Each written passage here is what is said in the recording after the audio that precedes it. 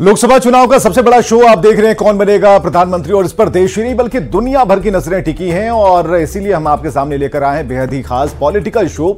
और इस बुलेटिन में हम आपको अलग अलग 4 सेगमेंट दिखाते हैं, सियासत की सबसे बड़ी खबर से लेकर नेताओं के बवाली बयान और सियासत से जुड़ी वायरल तस्वीरों के साथ आखिर में फटाफट अंदाज में चुनावी चौबीसा भी आप देख पाते हैं। शुरू करते हैं आज का शो और पहले देखते हैं आज की सबसे बड़ी चुनावी खबर।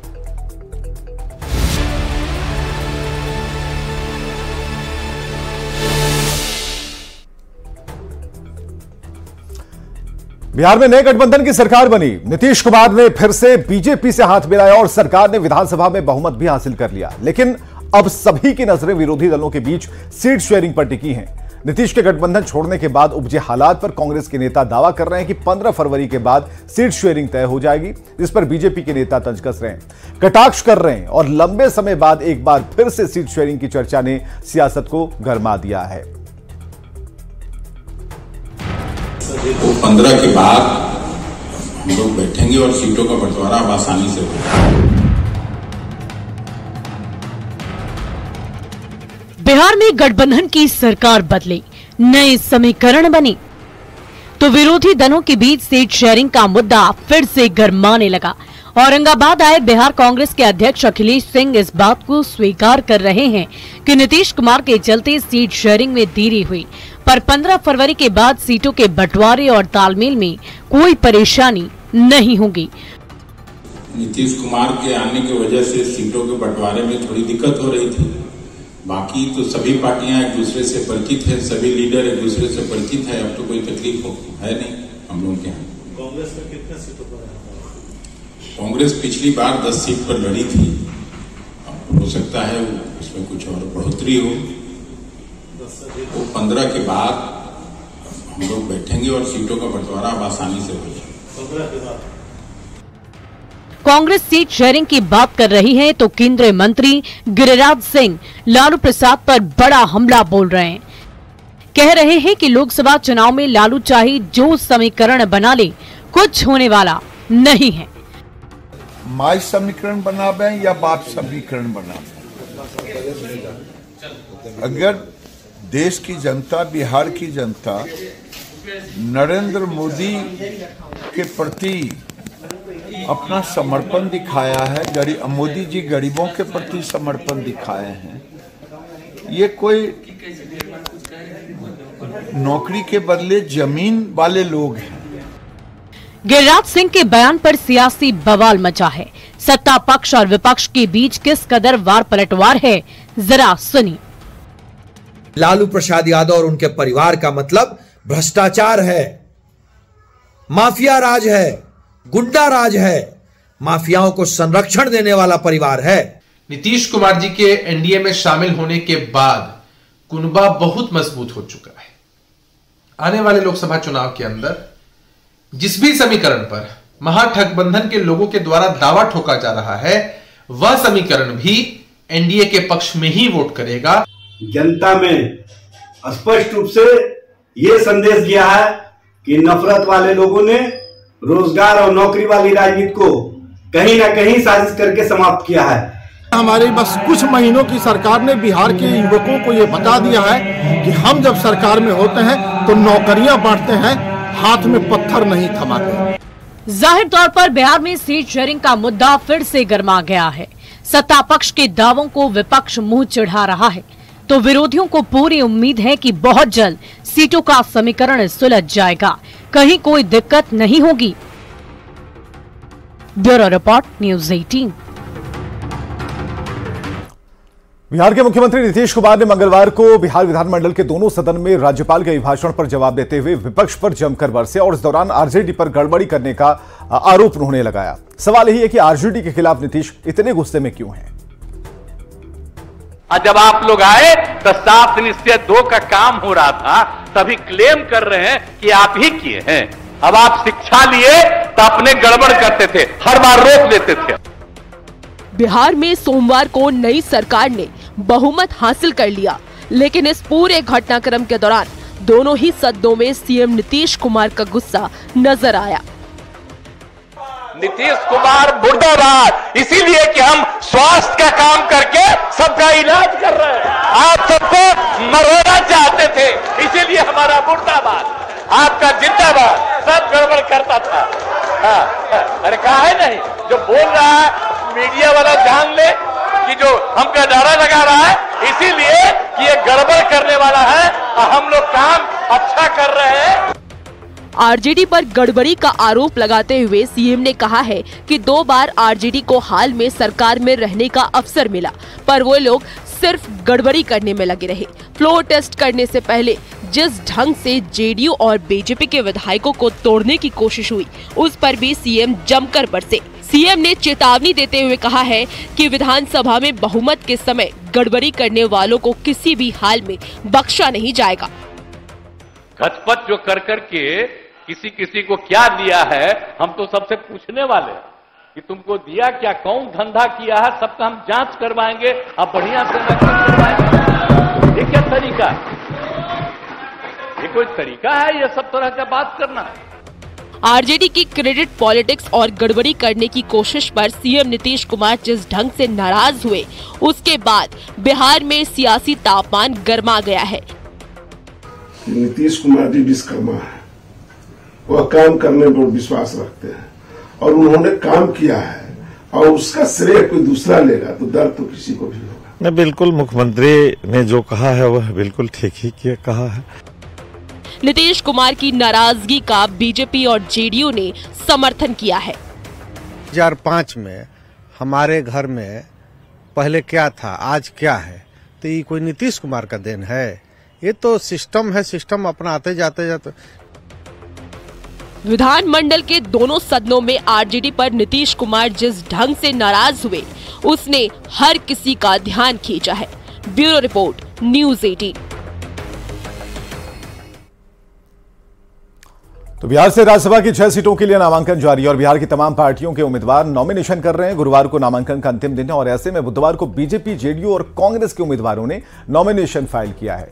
जेडीयू से संजय झा, जबकि बीजेपी से डॉक्टर भीम सिंह और धर्मशीला गुप्ता ने नामांकन दाखिल किया। तो आरजेडी की तरफ से मनोज झा दोबारा से राज्यसभा जाएंगे और पार्टी ने मनोज झा के साथ ही तेजस्वी के करीबी संजय यादव का नाम फाइनल कर लिया है।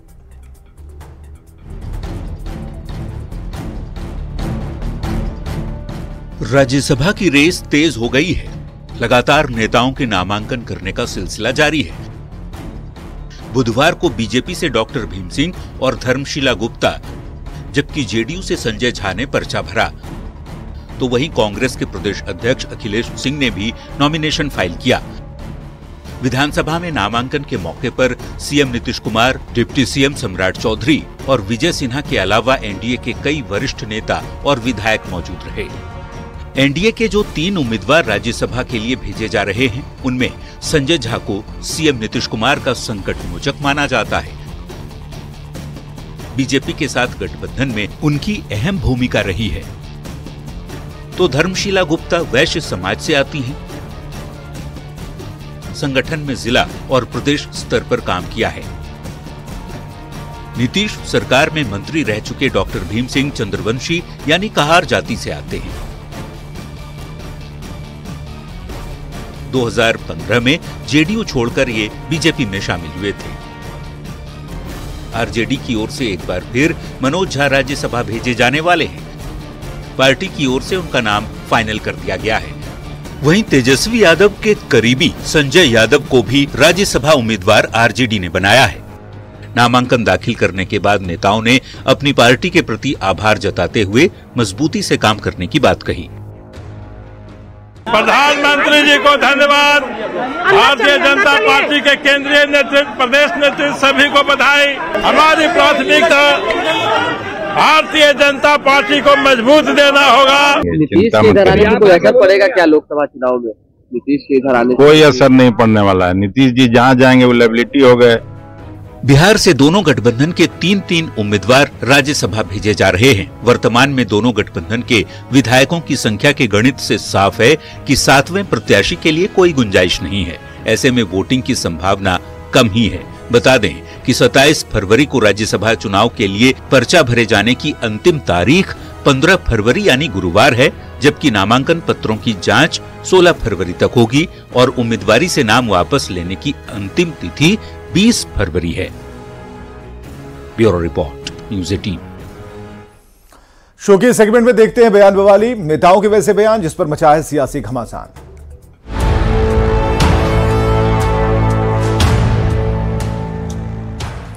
समाजवादी प्रमुख अखिलेश यादव ने केंद्र सरकार पर बड़ा हमला बोलते हुए कहा कि पूरा किसान आंदोलन कर रहा है और सरकार उन्हें रोक रही है। अखिलेश कहते हैं कि बीजेपी वाले पीडीए से घबराए हुए हैं।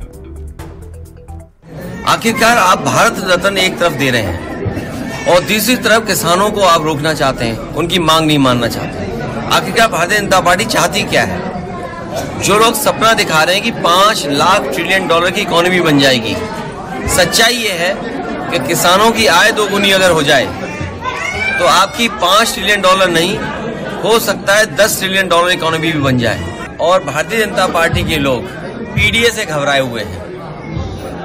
भारतीय जनता पार्टी के लोग पीडीए से घबराए हुए हैं। जहां तक हमारे सहयोगी दल की बात है, मैं उम्मीद करता हूं कि पीडीए की लड़ाई को वो मजबूत करेंगे। भोजपुर के अज्ञाओं से भाकपा माले विधायक मनोज मंजिल को उम्र कैद की सजा को भाकपा माले के राष्ट्रीय महासचिव दीपंकर भट्टाचार्य ने अन्याय बताया। दीपंकर भट्टाचार्य ने इसे बीजेपी की साजिश बताया है। बहुत बड़ा अन्याय हुआ है।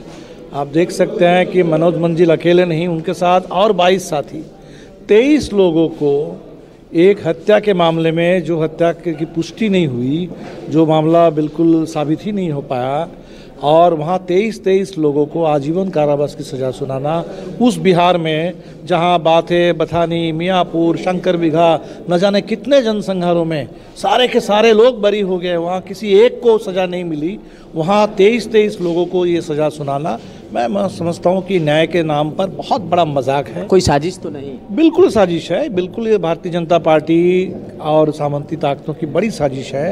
और आपको पता है कि 2015 में जब चुनाव था, चुनाव से पहले मनोज मंजिल को जेल में डालने के लिए उनका नाम दिया गया।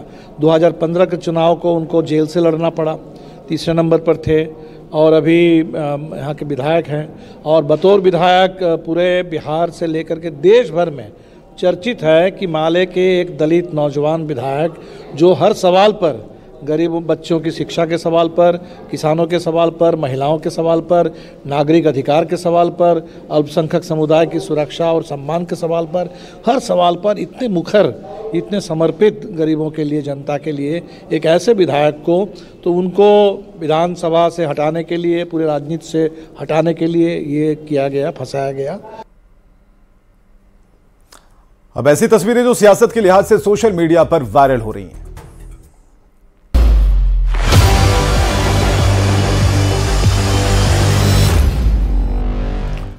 प्रधानमंत्री नरेंद्र मोदी ने संयुक्त अरब अमीरात के अबू धाबी में जायद स्पोर्ट्स स्टेडियम में एकत्रित लोगों का अभिवादन किया। यह तस्वीरें सोशल मीडिया पर वायरल हो रही हैं और भारी संख्या में यहां पर लोग मौजूद थे। मोदी मोदी के नारे लग रहे थे। लोगों का अभिवादन करते हुए पीएम मोदी की ये तस्वीरें वायरल हो रही हैं।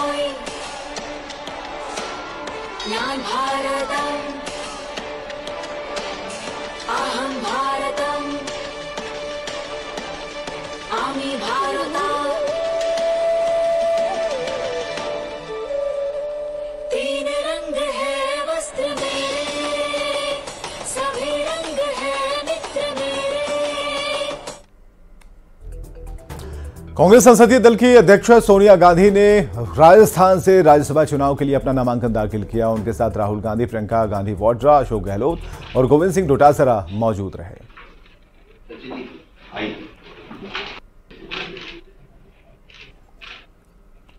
दिल्ली के मुख्यमंत्री अरविंद केजरीवाल और उपराज्यपाल विनय कुमार सक्सेना ने राष्ट्रीय राजधानी के लिए 350 ई बसों को हरी झंडी दिखाकर रवाना किया। इस तरह देश की राजधानी दिल्ली में ई बसों की संख्या 1650 हो चुकी है। आज का ये अवसर जरूर याद आएगा जब दिल्ली के माननीय उपराज्यपाल महोदय, माननीय मुख्यमंत्री महोदय, माननीय परिवहन मंत्री महोदय, माननीय principal secretary to SG sir,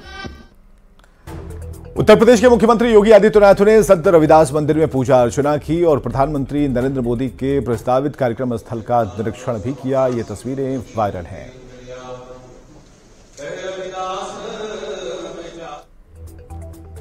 देखते हैं चुनावी चौबीसा।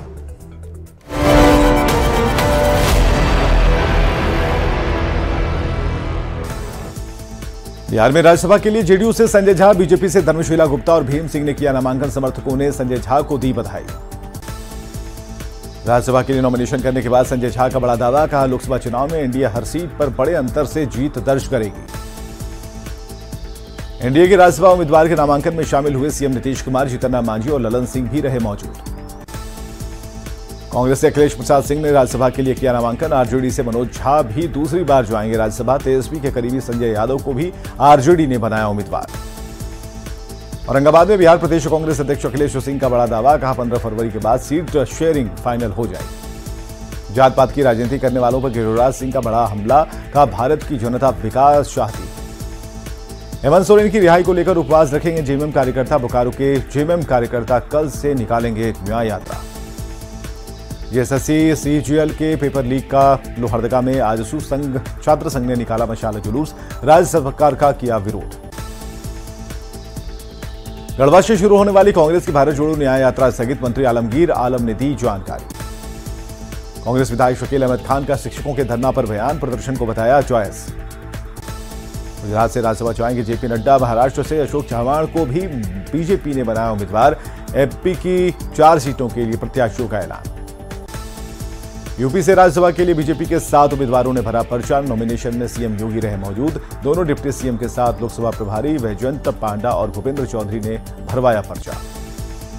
राजस्थान से राज्यसभा के लिए सोनिया गांधी का नामांकन। सूत्रों के हवाले से खबर, सोनिया की जगह प्रियंका गांधी लड़ सकती हैं रायबरेली से चुनाव। वाराणसी दौरे पर सीएम योगी ने रविदास मंदिर में की पूजा अर्चना। पीएम मोदी की तैयारियों का लिया जायजा। 22 फरवरी को पीएम मोदी का काशी दौरा प्रस्तावित।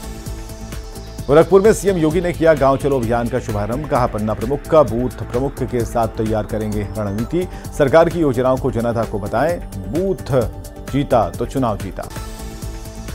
लाल बहादुर शास्त्री के पोते विभागीय शास्त्री बीजेपी में शामिल। भूपेंद्र चौधरी और ब्रजेश पाठक ने दिलाई सदस्यता।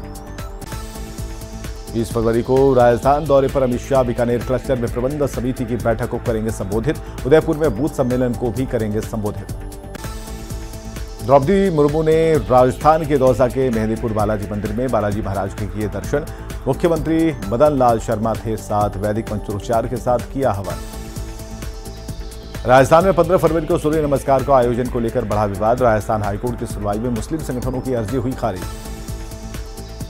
मध्य प्रदेश से अशोक सिंह होंगे कांग्रेस के राज्यसभा उम्मीदवार। ग्वालियर से 4 बार लड़ चुके हैं लोकसभा चुनाव। परिवार में जश्न का माहौल। नर्मदा नदी नहीं होगी प्रदूषित, मध्य प्रदेश सरकार का बड़ा फैसला। नर्मदा किनारे के शहरों के लिए बनेगा विशेष प्लान। 2 साल की समय सीमा तय, विधानसभा में सरकार की घोषणा। छत्तीसगढ़ में राजीव विधान क्लब होगा भंग, विधानसभा में सरकार का ऐलान। विपक्ष ने किया हंगामा। रायपुर से अयोध्या के लिए रवाना हुई ट्रेन। सीएम विष्णुदेव साय ने दिखाई हरी झंडी। मार्च में रामलला के दर्शन करेगी विष्णु कैबिनेट। अबू धाबी का पहला हिंदू मंदिर आम लोगों के लिए खुलेगा। अबू धाबी में पीएम मोदी का grand welcome. Ahlan Modi event को पीएम ने किया संबोधित।